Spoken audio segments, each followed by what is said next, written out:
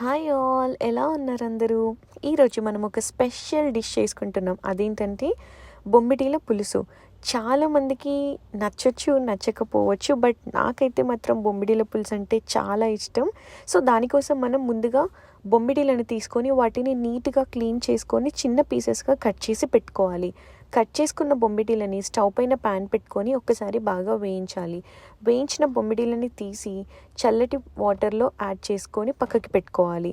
తర్వాత అదే ప్యాన్లో కొంచెం ఆయిల్ యాడ్ చేసుకొని అందులోకి కట్ చేసి పెట్టుకున్న ఆనియన్స్ అండ్ పచ్చిమిర్చి వేసి కొంచెం పసుపు, అల్లం వెల్లుల్లి పేస్ట్ వేసి బాగా వేయించాలి.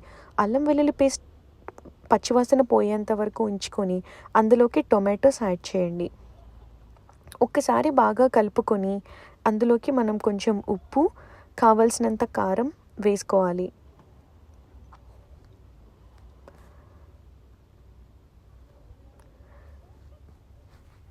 ఒక్కసారి బాగా కలుపుకొని అది మగ్గిన తర్వాత మనం అందులోకి ముందుగా కడిగి పక్కకి పెట్టుకున్న బొమ్మిడీలని యాడ్ చేసుకోవాలి.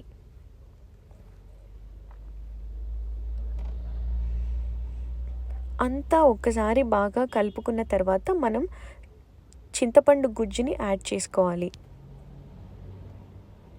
ఇప్పుడు అందులోకి జీలకర్ర మెంతుల పొడి అండ్ ధనియా పౌడర్ యాడ్ చేసుకొని స్టవ్ పైన హై ఫ్లేమ్లో ఉంచండి. ఎప్పుడైతే మనకి పులుసు దగ్గరికి వచ్చినట్టు అనిపిస్తుందో అందులోకి ఫ్రెష్గా చాప్ చేసి పెట్టుకున్న కొత్తిమీరని యాడ్ చేయండి. అంతే, రెడీ.